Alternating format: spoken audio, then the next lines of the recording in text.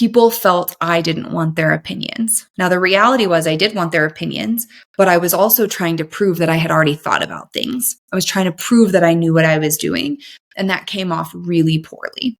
So this is where acknowledge and then respond was born. So when somebody comes to you and says, hey, I saw this project, I don't think it's going to work in situation A. First, I would ask a million questions. Why do you think that? What would that happen? Right? But we're going to skip over that part. I'm going to say, I'm so glad that you bring that up. Situation A is an area that I was concerned about. But after talking with this group, then I respond. Okay, first I acknowledged. I'm glad you brought that up. That's an area I too was concerned about. I think you're totally right. This gives them the validation that what they're bringing up is valuable, it is related, it is important. And then you can go on to talk about how you've addressed it. But if you skip acknowledge and somebody says, hey, I don't think this is going to work for group A, and you go, actually, it is going to work for group A. So it's going to do this, this, and this. And because of that, we're not going to have any problems. Now that person doesn't feel validated. That person feels like you didn't care about their feedback. You didn't need their feedback. They're unnecessary in this conversation. And one time, not a problem. But over many meetings where you respond that way, that person's going to think, well, I'm just never going to tell Kendall anything. She clearly doesn't care. Welcome back to Secrets of a Corporate Game. So many people are trying to navigate a corporate world that is laden with secrets, cleverly hidden and unspoken rules to a game that most employees don't even know they're playing. On this podcast, we try to give you a peek behind the curtain and unveil some of those secrets with tips and tricks that you can apply today to start taking control of your career and progress up the ladder faster. Welcome back, everybody, to this week's episode of Secrets of the Corporate Game. Today, you just get me, Kendall, and we're talking about why I think you can learn anything that a CEO knows and anything that a CEO can do. So this is an unpopular opinion, and I hear all the time from clients and even from executives that I work with that we have this kind of limiting belief that CEOs just jump out of the womb in a three-piece suit, ready to take on board meetings and investors. And they are just inherently built with these skills that allow them to be successful later on. And the reality in my experience is that it's just not really true. So we're going to talk about a couple of things that I think help you if you want to get to the C-suite level into that track, but also kind of humanize, I think, that C-suite leadership level a little bit more. So there are a few different ways you become a CEO. So one is you start your own company. And anybody who's ever spent any amount of time with the CEO of a startup knows that they have no idea what they're doing. And I don't mean this to be disparaging on CEOs. What I mean is that, like all of us who are basically going to work every day and winging it, the CEO has no idea what they're doing either. They are learning from their mistakes. They're learning how to hire. They're learning how to manage. They had a really great idea and the ability to execute it and the ability to sell it to investors, and now they run a company. So one of the ways that people become CEOs is they start the company in the first place. And I would argue that there is a lot of learning on the job, right? You could say I am CEO of a relatively small business, but there's so much that I learned in just the first year and a half of being the CEO, right? How to build operations, how to build scale, how to create SOPs, how to hire the right people. And I worked in corporate for a long time. I've worked for CEOs. I've worked for CFOs. I've worked for COOs. Technically, I quote unquote know all of this stuff, but it came time to doing it for my own company. And I was like, I don't know. I'm just figuring it out as I go, right? I'm sure that noise was really lovely to listen to via audio, but I do think it's hard because we have this conception that these CEOs, these starters of these companies, they just woke up one day and knew who they were going to be and how they were going to operate. And the reality is that's not really true. Okay. The second way you become a CEO is you climb the corporate ladder or the corporate lattice. I talked about this in a social media post a couple of weeks ago. And you continue to become more senior until eventually you are tapped for C-suite level leadership. This is where I think a lot of people feel that they don't have the capabilities. They're like, oh, that person is just really great at networking, was born great at networking, was born great at communication. And that's how they became CEO or that's how they became CFO. And the reality is that that's probably not true. And they learned a lot on the job, the same as the CEO who started their company learned a lot on the job. And so it's important as an individual, regardless of what your aspirations are. So maybe your aspirations are to get to the CEO level. Maybe your aspirations are just to get to like a manager level, right? And you're happy to chill there. That's cool too. It's important to realize that there's nothing someone more senior than you knows that you cannot learn on the job. Okay. So we'll jump into a couple of tactical examples. So the first thing that sets apart a C-suite leader from pretty much everybody else is the fact that they know who they are and they know how to advocate for themselves. They know how to sell themselves. I'll often tell clients that you are in sales regardless of your position. You're just selling yourself, or you're selling your process, or you're selling your financials, or you're selling your product, or you're selling your marketing campaign, but you're in sales pretty much regardless of what your position is. And so when we think of how you sell yourself, it requires knowing who you are and what makes you unique. So I've talked about this on other episodes. I won't spend too much time on it. Something I do with my clients is like, what are your spikes?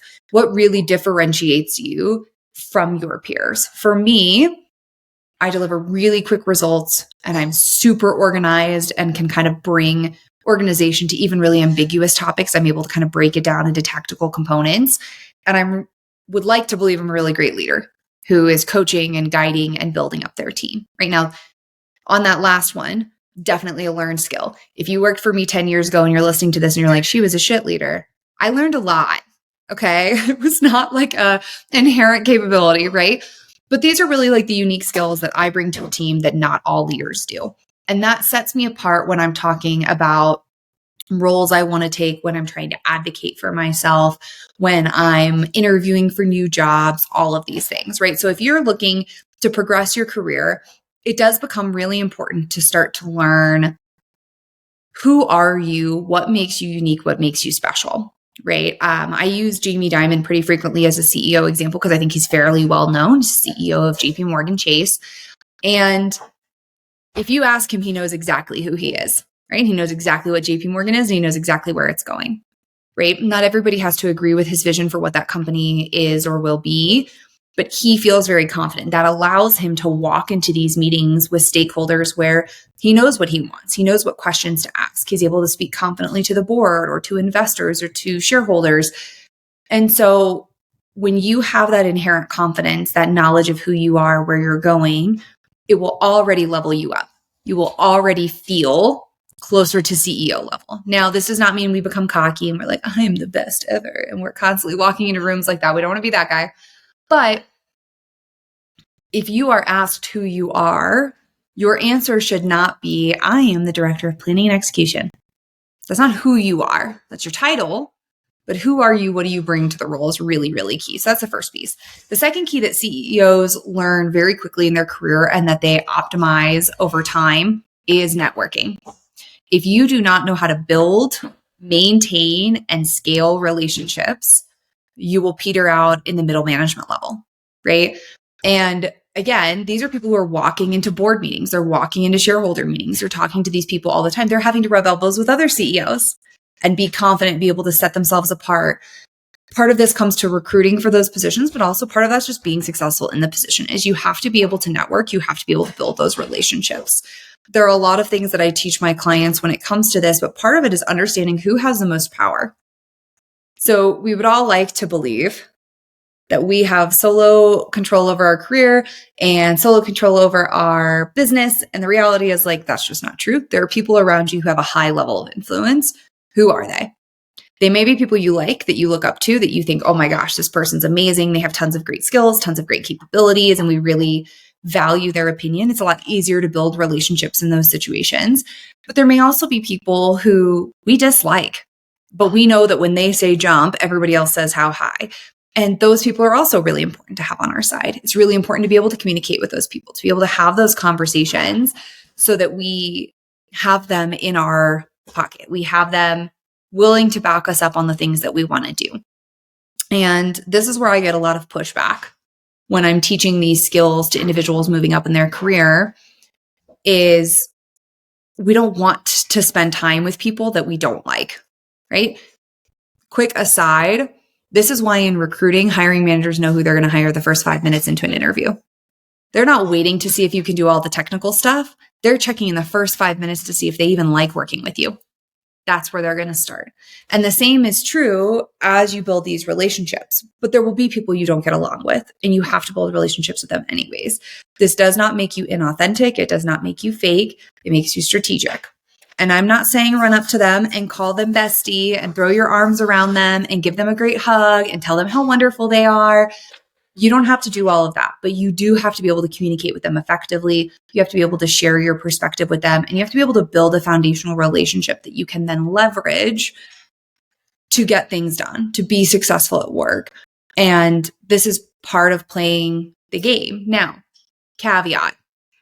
If this high level of influence individual is an a-hole and lies and cheats and steals credit and gossips and makes sexist, ageist, racist comments at work, I am not saying go out of your way to become friends with this person. All right. That's absolutely not what I'm advocating for. What I am telling you to do is to understand that regardless of whether or not you like them, they have some modicum of control. Now, if you're in a company where a person like that who has all of those bad habits is really successful, I would argue that the culture of that company is not a good fit for you. And you should be at a company that more closely aligns its values with the things you care about. Okay. So there's like my big caveats out of the way. But the skills of a CEO: know who you are, be able to network and build relationships. And then there's business acumen. Okay. I have worked for some really impressive, incredible CEOs, CFOs, COOs who knew exactly what they were doing. They knew every question to ask. They were super detail oriented, or maybe they weren't detail oriented at all, but they had a wonderful strategic vision and the company knew where they were going. These are not things that people are born knowing how to do. Okay. I would challenge you, if you're feeling frustrated, if you're feeling stagnant, if you feel like your career plateaued, I want you to look back a year ago, 3 years ago, 5 years ago on how you ran your career then. What did you do at work? Did you know how to create an analysis from scratch? Did you know how to build a marketing campaign from scratch? Were you able to run a production video without asking any questions? Were you able to build a team? Were you able to manage people? Right? I've already alluded to in this episode, leadership did not come naturally to me. It was not a skill where the first person I ever managed, I was aces at it. I was too hands off, right? Because I'd had a lot of micromanagers and I knew I didn't want to do that. So I pivoted way the other way and I was way too hands off and people didn't get the support they needed. And it took time for me to find that healthy balance in between. So if you look back on your career a year ago, 3 years ago, 5 years ago, there are things you didn't know, right? Maybe if you had been asked to run a project, you would have said, man, I can't speak up in that group. I'm not comfortable. I don't know them. Maybe you would have looked at an email campaign and asked your boss 100 questions like, hey, when do we want this to go out? Who do I need to talk to about this? Where do I get the data for this? Who do I need to check the PR with? But now you know, right? You've built up that contextual tribal knowledge over time that allows you to be more successful and have more acumen in the work that you do. And CEOs are exactly the same way. All right. I've been very lucky over the course of my career to work pretty closely with executive leadership for a large portion of it. And I have made 1,000,002 mistakes. Okay. I always say on this channel, I'm going to be honest with you guys. There are times my career moved really, really quickly and I showed a lot of growth and a lot of promise and I was really rapidly moving where I wanted to be. And there are other times where it was really slow and really stagnant and really frustrating. But the whole time I was learning, how do CEOs think? How do CFOs think? What do they care about? What does the COO want? How do they talk? How do they communicate? And as you build up that knowledge, you're better able to lead a team. So I run a team in corporate. Our focus is automation. That's where we're at right now because we're building scale faster than we can hire people. And when I meet with my team, the direction that I'm driving them is not one that my boss handed to me. I didn't wait for my CIO to say, hey, this is what we need to be doing. Go work on it. I said, hey, within my space, I think this is what's going to add the most value to you. This is where I'm taking my team. I created the strategy. I push the agenda. I create the roadmap, and then I provide updates on that. That is a skill I did not have 10 years ago. Right? If you'd asked me what was important to the CIO 10 years ago, I'd have been like, I don't know, tech. Right? These are things that you learn. So what I would encourage you is, if C-suite leadership is in your future or management's in your future, directors in your future, one, you need to understand the gaps between where you are and where you want to be. with your relationship building, with your networking, with your branding, with your strategy skills, with your business acumen. What gaps do you have between where you are and where you want to be? And how do you close them? Okay, sometimes you'll have a great boss who's willing to help you with this. They'll create a roadmap, they'll assign you specific projects, they'll give you those opportunities to show, display, and build those skills, and have enough space to make safe mistakes. You're not being punished for them. But sometimes you don't. And so one of the things I work with on clients is I'll create like a competency map. Most companies publish a competency map. If you've never seen it, ask your HRBP. Most companies have them. I call it a competency map. Amazon calls it business expectations. I think Google has a different name for it. So there's different names, but basically it's like at a L5, at a manager level, the expectations for you and your job are A, B, and C. At a senior manager, the expectations of your job are X, Y, Z. That exists for most companies. If you do not have one, email me, Kendall@thatcareercoach.net, and I will send you a vague but helpful competency map that you can evaluate yourself against. It goes from senior associate to senior director. Okay. Once you know what the competencies are, you can self-evaluate and say, okay, where am I really operating? There are always areas of improvement that we have. Okay. Where are the areas that you could focus on? If you're thinking, hey, I'm actually knocking it out of the park at the next level, then look 2 levels up. What do you need to be doing? Right? I can tell you personal areas of opportunity for me. While I operate very strong at a director, senior director level, once you get more senior than that, I tend to rush too quickly to a tactical solution without asking enough questions. Now, that rushing to a tactical solution has made me really successful historically. It helped me get to the senior director level. But when I look beyond that, I am tactical. That's the value that I bring. And at the C-suite, at the VP, at the head of level, you need to be asking a lot more questions. You need to be pushing people. You need to be wondering why we do things a certain way. And my answer is always why we do a certain way, and then how can we do it better? And then I go run with that. And so for me, that's an area that I have to remember is, okay, I'm building scale, I'm building influence. I'm not just tactical in doing.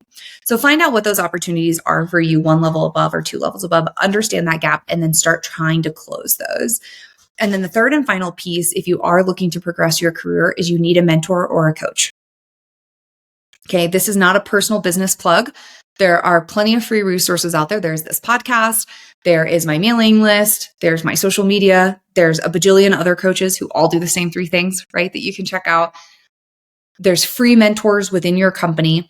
But once you get to, I would say, like the senior manager level, your career will stall if you do not have senior leadership guidance, because there's so many conversations taking place behind closed doors. There's so many things that are happening with nuance that you just don't know. And the only way you're going to find out is by observing, which takes a long time, having a great boss, and if you're that lucky, congrats, or by having somebody more senior than you tell you what to do. So once you hit that level, really start to look at like, who are the mentors I can get? Who's going to provide me good guidance? Who's going to give me the advice that I need to be successful? And lean into those resources. The last thing that I'm going to talk about today when it comes to CEO skills and everything that they've learned that you can learn too is some tactical communication pieces. Number one reason that clients come to me, aside from wanting a new job or a promotion, is to improve their communication skills. This is something that I have had to tweak and hone over years and years and years of my career. It's something that I'm still working on. There are still days where I'm a bit shorter than I'd like to be with some people. Okay, it happens. But there are some tactical things that I've learned over the course of my career that I find are incredibly beneficial if you're trying to up-level your communication skills. So the first one is the rule of 3s. So if you're in consulting, you've probably heard this. If you've been in my coaching program, we've probably talked about it. But studies have shown that your brain can really only handle like 3 things at a time. And if you give it less than 3 things, your brain feels like the thought is incomplete. So when you are defending a position or a proposal, when you are advocating for yourself, when you are communicating something, if you can do it in a group of 3, it will land more effectively with your listener. So how do you implement this? Depending on how quick on your feet you are, there are kind of 2 different approaches to take. So I'm a pretty quick thinker. I can kind of reorganize my thoughts on the fly. Some people can't. I totally understand that. If you do fall into this camp, When I start talking about something, I'll say, okay, there's 3 things I want to talk about here. And then as I talk, I limit myself to 3. I could have 12, but I'm going to stop at 3. And I'm going to try to make them the 3 most important things. That giving myself that cap, that boundary of I can only share 3 perspectives here, is really key to making it sound like you knew what you were going to talk about before you did. All right. So if you're in a meeting and you say, Kendall, why is the sky blue? And I go, that's such a great question that you ask. There's actually 3 things I want to touch on with this. First, the sky is blue because it's reflecting off the water. P.S. I do not know if this is true. Roll with the example. Okay. Because it's reflecting off the water. 2, I've also learned that in reflection of the sky being blue, have you noticed that the grass is green? And 3, is the sky really blue? I feel like this is a theoretical question that we could ask ourselves, right? I've limited myself to 3. So even though I had no idea what I was going to say when I started talking about the blue sky, now it sounds like I was pre-prepared. I thought about it. I knew what I was going to talk about. I was organized mentally. So sometimes if we give ourselves that kind of framework when we start talking, it will help. Obviously, you don't want to do this every single time. That gets exhausting. But as you start to do this, you will find yourself starting to think in 3s naturally. When I create a strategy, there's usually 3 pillars. When I create optionality, there's usually 3 pillars, right? You'll start to build that practice. Now, if you are the type of person who does not think quick on their feet, that really likes to do preparation work, that's totally fine. Before you go into the meeting, grab a sticky note. I'm a sticky note person. You can grab a piece of paper, whatever, and write the top 3 things you want to cover in that meeting. And then write 3 things that goes with each of those 3 things. Okay, so you're proposing a new process. You want to talk about budgetary impacts, you want to talk about efficiency impacts, and you want to talk about changes required. Within budgetary impacts, there's a cost save, and there is an investment cost, and there is an impact to what we budgeted at the start of the year. Those are my 3 sub bullets. Within efficiency, there's a people gain. We're going to be more efficient. There is the budgetary efficiency, right? In case we decide to talk about it there. And then there is also the efficiency cross team. It eliminates a problem we were facing before. So once you have your main 3 and your 3 sub bullets for each written down, when you go into that meeting, you know what you need to talk about. If a question comes up, well, what have we thought about the budgetary impacts? There's actually 3 main budgetary impacts here. Boom, boom, boom. All right, now you're ready. You've got that pre-work ahead of time. Don't ever prepare a list of more than 3. It'll overwhelm you. You won't know what to talk about. You'll get lost in your notes. Don't do it. Same is true for interviews. I prepare 3 stories ahead of time of big accomplishments I've had in my career, so I know what I want to talk about on the call. Okay, limit yourself to 3. So that's the rule of 3. Second skill that I'm going to talk about is optionality. A mistake that we make in corporate is we think that our boss wants us to have the answer. The reality is that our boss wants to know what you need from them. These are different. When you go to your boss and you're working on a project and you think the answer is going A, rather than go to your boss and say, hey, I'm doing A, that doesn't give your boss any context. It doesn't let them know how you need them. It doesn't empower them to help you or advocate for you. It's just an update. It's not valuable. Instead, you would go to your boss and say, hey, I'm working on a project. There's 3 different things I can do. 3 different things I can do. Option A, option B, option C. I'm leaning towards option A for these reasons. B could also work. Here's the drawbacks. And C, I'm a little concerned about. Here's the reasons why I'm concerned that won't work. Which would you prefer I do? Now your boss is very clear on what you need from them. You need them to decide A, B, or C.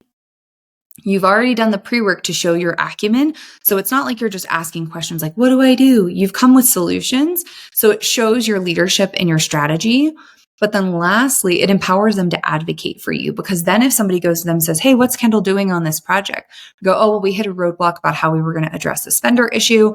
We just chose an option A where she's going to do this. Ultimately, I think that's going to be the best solution because it avoids these concerns that we had. Now they're empowered with so much information. They can do so much more for you, and you've made it digestible. You didn't add to their mental load. You didn't ask them to fix your problem for you. You gave them optionality. Now they feel like that was their decision and they've got your back. It's a great place to be. All right. And then the third and the last tactical tip that we are going to talk about is acknowledge and then respond. So I've talked about this before, but I'm going to keep coming back to it. Something that you will notice that executives do. Now, maybe not your CEO, because there's a seniority where this is no longer required. There's like a weird gray area in the middle. When somebody challenges you or asks you a question or offers up an advice, it is so important to acknowledge them first and then respond after. And I'll give a couple of examples and start by saying that this is something I did not do early in my career. And I've talked about a leader that I worked with years ago who came to me and said, Kendall, everybody loves working with you. You get so much done, but nobody likes working with you. And that hit hard because I'm working hard. I'm working cross-functionally. I'm doing so many things. And to be told people don't like to work with me, I'm like, come on, I'm nice. I smile a lot. I don't schedule stupid meetings that could have been an email, right? We think of all these reasons, but the reality is that that taught me so much about how my communication was being perceived. Because what he told me was that people felt I didn't want their opinions. Now, the reality was I did want their opinions, but I was also trying to prove that I had already thought about things. I was trying to prove that I knew what I was doing, and that came off really poorly. So this is where acknowledge and then respond was born. So when somebody comes to you and says, hey, I saw this project, I don't think it's going to work in situation A. First, I would ask a million questions. Why do you think that? What would that happen? Right? But we're going to skip over that part. I'm going to say, I'm so glad that you bring that up. Situation A is an area that I was concerned about. But after talking with this group, then I respond. Okay, first I acknowledged. I'm glad you brought that up. That's an area I too was concerned about. I think you're totally right. This gives them the validation that what they're bringing up is valuable, it is related, it is important. And then you can go on to talk about how you've addressed it. But if you skip acknowledge and somebody says, hey, I don't think this is going to work for group A, and you go, actually, it is going to work for group A. So it's going to do this, this, and this. And because of that, we're not going to have any problems. Now that person doesn't feel validated. That person feels like you didn't care about their feedback. You didn't need their feedback. They're unnecessary in this conversation. And one time, not a problem. But over many meetings where you respond that way, that person's going to think, well, I'm just never going to tell Kendall anything. She clearly doesn't care. Right? It builds that reputation. It builds that feeling. So when we respond first, we cut off that person's perspective. We devalue what they're trying to contribute. But if we acknowledge first, we validate them, we bring them into the problem solving, we bring them into collaboration, and then we can still respond that we've already thought about this. I'm not saying that you have to devalue your own efforts, but it gives you that time to bring them along with you on the journey. And so acknowledging and then responding is so key. You'll notice this in leaders who go, oh, that's a great question. I'm glad you brought that up. Or, hey, thanks for doing this, but hey, this analysis looks great. This number looks wrong. But they started with some type of acknowledgement that takes the sting out of what they need to say. Okay, this is a really important communication skill to build. It's especially important if you face externally at any point. I've worked externally with clients and with customers, and they do not want to be told, we've already thought about that. They want to be told how smart they are, and they're right, and they're great, and they did an awesome job. Okay? So learning to acknowledge then respond is key. So I appreciate you guys tuning in to today's episode. Hopefully this was helpful and it takes away some of that imposter syndrome. I don't want any of you guys holding yourselves back because you think, oh, I couldn't be a CEO. I wasn't raised in that kind of community. I can't be a CEO. I didn't go to Harvard. I can't be a CEO. I'm not corporate enough. I can't be a CEO for any reason. If that is something you want, if it aligns with your passion statements, your values, your family goals, you absolutely can do it.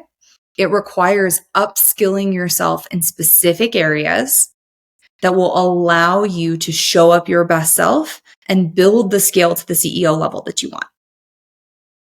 So if you don't take any advice from the whole episode today, here's the parting words for you guys. Go out, understand the gaps between you and where you want to be. Find somebody who's doing what you want to do and understand what they're doing different.